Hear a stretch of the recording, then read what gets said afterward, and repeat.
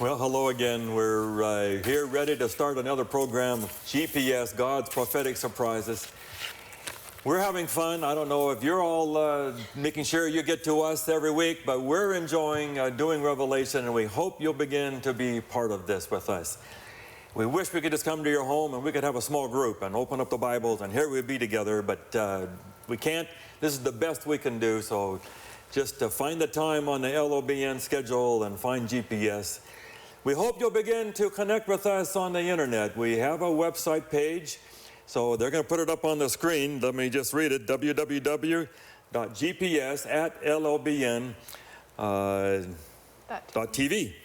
That's an email address, isn't it? What's that? That's an email address. That's an email address. So that means they can send their questions to us. Send the questions to that. Yeah. And just anything, but if it's around the book of Revelation, that's sort of our thing, what we're doing, God's prophetic surprises. So I want to do one last little part with where we finished the last show, which was on the whole thing where John is out on an island, and all of a sudden it says he was in the Spirit on the Lord's day, and he hears a voice, sees a voice, and turns, and it's the Son of Man. And he hasn't been with Jesus. What do you think, just spiritually? When you're in prison and you're, who knows how long he's going to live, but it's been a long time since he's seen Jesus. And all of a sudden you see and hear Jesus. Can you just take a moment to think what that might have been like? What did that mean to John in prison? Well, I think you have to understand that, having Jesus with you is no slam dunk in terms of knowing who it is. We talked last time about, hearing God's voice and so on. If Jesus is walking with you and he's God, walking down a dusty road for 12 hours, sometimes a little body odor kicks in, and at that moment, the wind comes just right and you get a whiff of Jesus. At that moment, would you be saying, oh, he definitely must be God? Probably not. So the challenge God has is he wants to communicate with us in a form we can get. That means becoming human. But once he becomes human, now people are going to question whether he's really God. So you have that problem either way. Yes. So when John is on Patmos and he turns around and he sees Jesus in this glorious form, it's kind of like, I suspected that. I was pretty sure, but now I know. So it must have been a very exciting moment. Either one of you want to jump in on this? I've tried to think about what that would be like. I see for the Jewish people in that early church, here's John in exile, and these people exile is something they're used to. They're used to being in exile. The exile story happens over and over and over for them. And so in exile, that's where they begin to call out to God, and their voices begin to rise in unison in that moment of awareness and need for God again. And I see John calling out to God for his people there in exile, there at Patmos. And I can't think of a more applicable thing for a community, a faith community especially, in brokenness and turmoil, to start calling out to God. Right. It's beautiful. And to have him show up. Right. And that's where he shows up, when those voices rise. Alfred Lee, Lee, the painter? He was in one of those camps in the Philippines in World War II. And he talked about when the helicopters landed in his camp and the American soldiers came out, and now they're free. I've been in the prison in Hanoi with John McCain. I've gone through the prison with John McCain. To be in there 6-7 years, and then all of a sudden someone shows up at your cell and says, we're going to go home now. And to think what John must have, it's always meant a lot to me to think what this must have meant, to hear the voice of Jesus. And someday we'll hear it. Now we have to take his story of him hearing, and that's our faith. Right. But don't forget what happens in the text. Maybe you should speak first. Oh, no, go ahead. Because in the text, what happens when he sees Jesus? What's the next thing that happens? Verse 17, he falls on his face. Yes. He's terrified. Yes. And Jesus puts his hand, don't be afraid. So it's kind of like, boo, don't be afraid. The point I'm making is we talked last time about why isn't God more obvious. I think anytime God appears, it's overwhelming and frightening to us. And God's silence is actually a sign of how much he cares. because he doesn't want to overwhelm us. He doesn't want to terrify us. He wants us to experience him in a safe way. And here's one time when he actually overwhelmingly appeared, and John probably needed that to confirm his sense of who Jesus was, but he's still terrified. So God, you know, God coming out with a big voice and a big explosion of, doesn't work too well. That's why God does it so little, I think. Very good, very good. And I just wanted to say, I think for me, when I picture it, I mean, I automatically go cartoony in my head, but, you know, I picture this guy sitting, you know, on this little teeny island, and he's just like, well, I guess it's time to start writing, you know? And it's like, he's sitting there, and then finally, everything that he's thought and everything that he's been almost, in a sense, fighting for comes to this moment where clarity hits, and he's affirmed. And I don't know if anyone's ever experienced when you've been not sure about something, but you've been doing it anyways, and you're nervous about whether or not it makes sense to anyone else but you. And then there's like this moment of affirmation where you feel on top of the world. And yes, I think there's this fear that comes in with that and this excitement, but at the same time, there's this affirmation that comes with it that solidifies everything you've gone through was okay, and that there was beauty wrapped in it all, and it gets to this point of beauty. You didn't make a mistake. This is who you chose. Yes. Now hold on just a sec, because I've got a bunch of kids about your age. I need to understand this thing about cartoony in the head. Could you elaborate on that? I'm not as intelligent as most people, and so my brain is all pictures. Well, actually, they'd say that's highly intelligent. Probably good for revelation interpretation. So you, when you read a story like this in the Bible, you kind of turn it into a cartoon? Is Everything becomes story in my head, and so it all plays out, and so I can visualize most things, which is why when it said before, I see a voice, I was trying to picture how that works in my head, because I'm like, is it like a fog that comes and you're like, it's spelling things in the fog as it booms, you know? Like, I'm just trying to picture it. How can we get these pictures out where we can... Well, I remember you when you were 3 or 4. Was I a cartoon in your head then? Oh, probably. I'm going to move now to one of the great questions of this chapter, is the Lord's Day. So it says here now in verse 10, we've been around it. On the Lord's day, I was in the Spirit. So it implies that the Lord has a day. So here's my little short story, and see if someone will go somewhere with this. I was a young pastor, a long time ago, and we had an evangelist come into my church, and one of my members invited him. Little country church in Southern Oregon.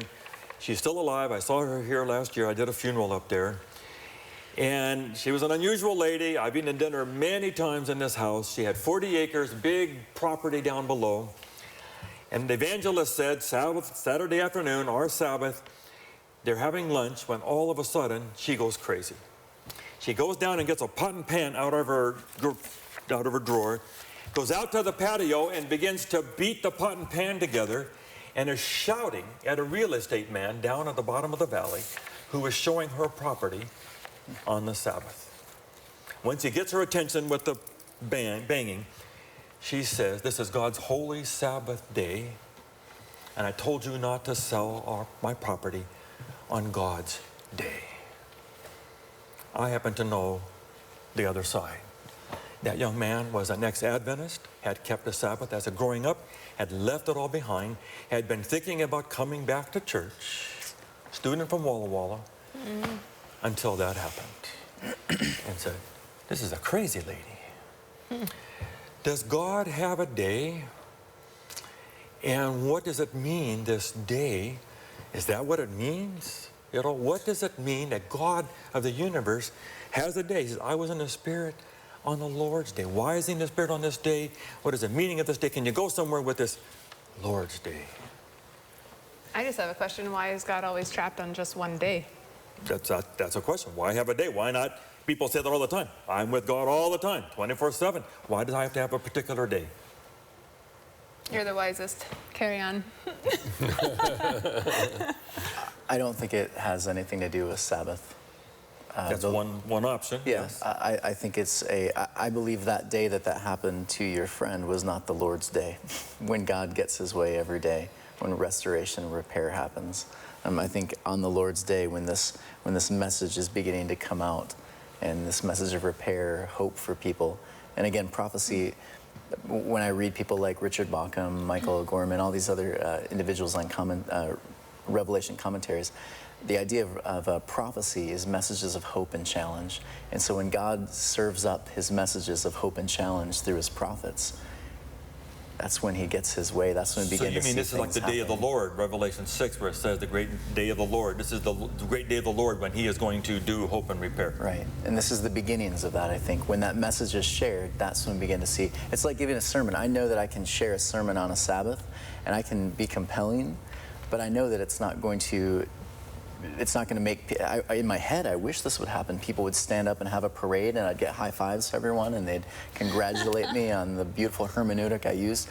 But the reality is that's going to marinate, and it's going to, some people are going to throw it away. It's not going to make sense. Others will let it marinate for a bit, and it'll grow into something beautiful. But it was shared that day, and that's where something the building special happened. on, like you share pieces, like God shares pieces that we build on, and that's how we get a clearer and clearer understanding of who he is. It's not just like, and here it all is. Good luck, It's like it takes a process of experiencing. Obviously, there's a range of options on this interpretation. Right. Well, that's just my perspective. I guess that's one way. I guess the question I would have for you, what you're saying is beautiful, but why does he call it the Lord's Day? Why couldn't he say, the repair day, or why is it the Lord's Day if it's saying what you're saying? I think you could say that for just about anything in Revelation.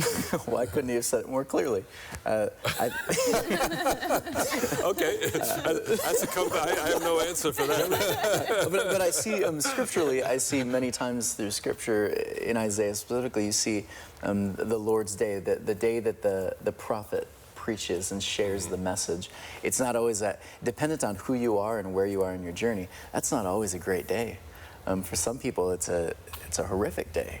You just called me out on my journey. Or, oh, it's a beautiful day. This is where I was freed from this thing that's been burdening me. And so the Lord's Day... Is it tied to Luke 4, where Jesus says, today this is fulfilled, and I'm going to be this messianic figure? Is that part of that, the great day of the Lord? I'm going to release the captives. The blind will see. I'm going to do all that. And on that day, again, he leaves out some things. That's a very frustrating message for the Jewish people. I'm going to share all this hope and repair, not just for you, but for your enemies. How frustrating must that have been? But that's the Lord's Day that happened. So what about the history? Other verses talk about. Okay, go ahead, John. The challenge with that is, why didn't he say that? I was in the Spirit on the day of the Lord, but instead, it's not the day of the Lord; it's the Lord's Day. Yeah. So there's a little bit of difference there. Yeah. And like you said with Revelation, one of the interesting things about it, when you're done with it, it's always a question mark. Scholars have come at this for a long time with question marks, and there's about 5 options that they do. Pick them up real quick, and then we'll go back. He says, when I'm in the Spirit on the Lord's Day, one option is Easter. Right. The day when Jesus rose from the dead. So maybe it's that one day a year that, he rose from the dead. Which wouldn't have been kept by the first century people yet. Well, in parts of the empire it might have. The problem with that view, the reason why most people don't go that route is because actually in Asia Minor they had what was called the Quartodeciman controversy, which was the question, do you have Easter on a Sunday, around the dawn of spring every year? Do you celebrate his resurrection on a Sunday, on a first day of the week? Or do you celebrate on the Passover? Because it was a Passover too. So, and the Quartodeciman, that means 4 and 10, 14. Passover would be, 14th of the month. So if it was Quartodeciman, then it would be on different days of the week. So instead of celebrating the resurrection on the first day of the week, you could celebrate the resurrection on Wednesday, or whatever. So anyway, so that probably doesn't work too well. A second option is that the idea that this is the Emperor's Day. Right. And certainly the Emperor called himself the Lord and things like that. So maybe it was on a particular national holiday, but that probably doesn't work because there's no evidence of an Emperor's Day in the ancient literature. So we have no guarantee that that ever actually occurred. A third option is that it was Sunday, first day of the week, the day when Jesus rose from the dead. And people have pointed out that in later Christianity, the Lord's Sunday was called the Lord's Day. But none of the second century fathers ever called Sunday the Lord's Day. They called it the first day of the week. And so Sabbath is called the Lord's Day in the late second century in one document. Sabbath is called the Lord's Day in Isaiah 58 and in Matthew 2, Mark 2, and a few other places like that. So one other option, Day of the Lord, is an option. And the good news, Tony, for your view, is that Day of the Lord and Lord's Day are actually two ways of saying the same thing in the Greek. So Revelation is a book about the end time, about God's prophetic surprises at the end. So the idea that this is the Day of the Lord might really work. I think Sabbath also does work. I remember taking a long walk with a top scholar of Revelation from another institution, and he said, yeah, I believe John was a Sabbath keeper. He says, that really makes sense. I don't see what else would likely be the case. Sounds like he's referring to a particular day. You know, if you stick in the to the Spirit Bible, on a particular day. If you stick to the Bible and don't go into a lot of stuff outside, either Sabbath or this Day of the Lord would be the two options. John is either saying, you know, I was experiencing the end in vision, and now I'm going to share it with you. Or he's saying, you know, I was on the Sabbath, which in chapter 14 becomes an interesting and important part of his story. Oh, I think Fancy. we're in it. So, yeah. Come back next week with more stuff. Oy. Okay, I wanted to go now to move a little quicker to verse 12. I turned around to see the voice that was speaking to me, and when I turned, I saw 7 golden lampstands. And among the lampstands was someone like a son of man. And then this wonderful description. And it says down in verse, at the end of the chapter, verse 20, the 7 stars are the angels of the 7 churches, and the 7 lampstands are the 7 churches. In verse 11, we have the list of the churches, Ephesus, Smyrna, Pergamum, and so on. So now we're moving towards the message of the 7 churches and this whole idea of church. And I just want to take, we got, 10, 11 minutes before this show is done, to bring this whole thing of church. You know, Jesus says, I will build my church, and the gates of hell will not prevail against it. So Jesus, it says here, is in these candlesticks. He's with the church. And the church has done some fantastic things. And if you take all the people on the list, there's 2.3 billion Christians in the world. But I told you the story the other day about, 2 deacons headbutting each other. And there are moments where you just want to cry, And you and I had one this weekend. I told you, I had to muck through. I'm really kind of scared to say much about it. But, 2 people were trying to move some food through your worship service this Sabbath. And there was an altercation that was not good and inappropriate. And both it's always about food, isn't it? And that's supposed to be the community builder. Both people had to apologize, and I had to spend a few hours on phones and trying to heal up and get people together. And I think they're okay, and everyone's learned. But there are moments that you just say, can't we be better than this? And churches are weak in many places. There are churches that are fantastic, that are doing ministries and communities. But then we all would say, we bought into this hoping it would be a lot better. And I've been doing this 40 plus years now. And you keep thinking it was going to get its act together. I thought we as the young pastors were going to make this go. And we're almost at the end of our career, and it still is not. But I think that's the concept of hell is the absence of God. And so like when you're in these moments, there's little pockets of hell that spread up, the absence of God. And it's when we lose our focus, like, hey, come on. It's not in the underworld, it's in the sanctuary. It's not in the underworld, it's like in the sanctuary. Is there still value in this institution of church? Or do we really want to go to, I'm a spiritual being, but you don't have to be part of a church in order to be spiritual? If I had $1 for that, I could retire tomorrow for every time someone has said that to me. Is the day of the church past? Where did I read this week? Someplace, that do you think they're a church place? 20%. Mexico, I read that this week about Mexico. They just moved to have same-sex marriage. The president just came out for same-sex marriage in Mexico this week, and the article said 80% plus Catholic in the country, only 15 to 20% actually go. Right. See? So is the church going to make it? You know, are we just going to continue to go down? What percent in Europe ever go to a church? Or is this not going to make it? Beautiful cathedrals, empty. I think it will die if we continue. It will die unless we reshape the message, and I think it's going back to its roots.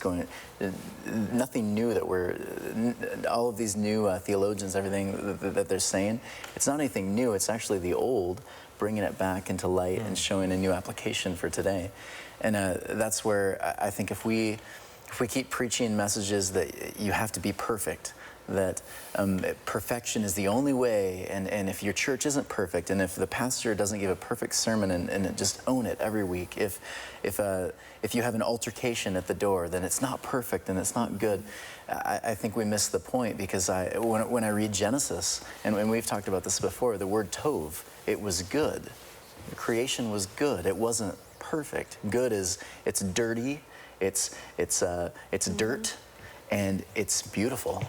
And the journey that we all have is not perfect, but it's good.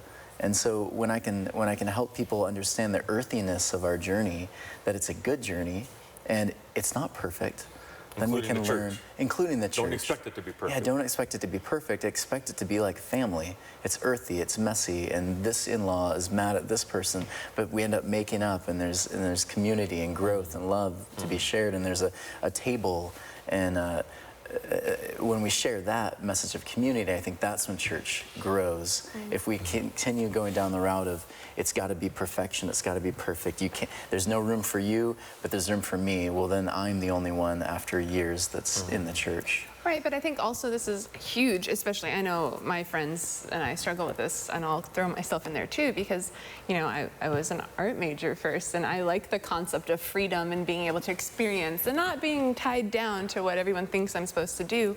And I think we get really caught up in the rules and the culture and the tradition that we miss out on God. And I remember when I actually started pastoring again, I was talking to one of my mentors, asking him, like, how do I bring scripture to life for people? And he said, Sarah, scripture is not dead. It's you who are dead. And I was like, ouch, you know? And like, there's this concept that we've got the information so right in church that we don't need to think anymore. And I think that's where we're losing people, is losing giving them the opportunity to experience, to think, to question, to struggle, to hate it, to love it, to whatever emotion comes, and experience the life in Scripture that is popping out, that is meant to make you think and have to search deeper. And I think we're scared in organized religions by those questions. And so that's turning away our entire next generation, saying, it's not safe to ask questions. But there is a way out. But I think there is a hope. There is a hope if we start actually talking about things and allowing people to say, I totally disagree, and say, okay, that's great. Let's talk more about it, as opposed to, no, you're wrong. In our culture, this is what we believe. And if you read this verse here, and you know, like. So did we do good? You brought up an idea that was different from several of us on the Lord's Day. Oh, yeah. But we're still okay. yes. And And we're that's still here. beautiful, So good. and I love it. John didn't attack me. Which John? I'm sorry, he's not okay. Oh, Hey, man. I'd like to rephrase this a little bit, though. The question is there ever a time when a person is better off outside the church? Does God at any point actually say to a person, you know, I think in your case it would be better? Because essentially, and I know your generation, that's a big issue right now. You know, I really love God, but do I really have to put up with the church? Right, and are we talking physical structure church or theological people. stance? Well, the community, or the group of people that's in the Okay. physical structure. Okay. Is there ever a time when a person, because I mean, what a person's saying, I can be spiritual without being religious, they're saying, I'm better off on my own with God than I am with these other people. Is there ever a time when a person would be better off outside the community? I think that's the exile story all over again, though. Like, is that we isolate ourselves, hoping to find something better in a lot of senses. And I know, I mean, you look at families, though, the cycle of life, and I'm sure Tony can speak to this more. Is that people, they leave the church for a while, and then when they have kids, suddenly they realize that they need something for their family. as well, some kind of structure, because they've decided that they don't need the structure, but they're like, but how do I help my kids? And so there's a cycle that does happen within families by nature, is needing that community and needing that structure and needing some kind of tradition to hold it almost together, whether or not they fully agree with it or not. So like I think there is a cyclical thing that happens. There's like a 10-year gap between college and when you have small children, that people don't feel a need for the community often. I think there are times, if a community is particularly abusive, I would say try another community, but there are some people who are isolated enough, they only have one option. If that's an abusive option, I believe there might be times God would say, you know, I think you're really better off just out here with me. Now you can do online communities or find some other way to... Well, one thing I've done through the years as a pastor is encourage what I call subcultures. When there are people that just feeling totally isolated, just miserable within the church, I say, you know, there's 4 or 5 of you feeling that way. Can we get together once a week, say on a Tuesday night? That's right. And let's just talk about what's happening in your lives and how the church isn't working for you, but maybe we can read the scriptures together. Maybe we can fellowship together. And out of that, you can recapture the strength to face the larger group again. That would be one of these candlesticks. Yeah. And Jesus is still there. It doesn't say how big the candlestick is or what it looks like or what kind of building it's in. But Jesus is in the middle of candlesticks, which are churches, whatever those churches were. I don't know how big those churches were. But that's where, like, throughout the New Testament, that's how church was. They were small pockets of communities, and they were intimate and raw and earthy, you know? Like, they weren't like, I dress up really nice and go to this beautiful place, you know? It was like, I show up in my pajamas at your house and we talk. But as we go through the chapters 2 and 3, we're going to find these were not good. Jesus said, I have this against you, you know? And I'd rather vomit you out, you know, and spit you out the way you're going. So these were not good people all the time and happy little communities, and maybe they had a few headbutting moments too. And Jesus is still there.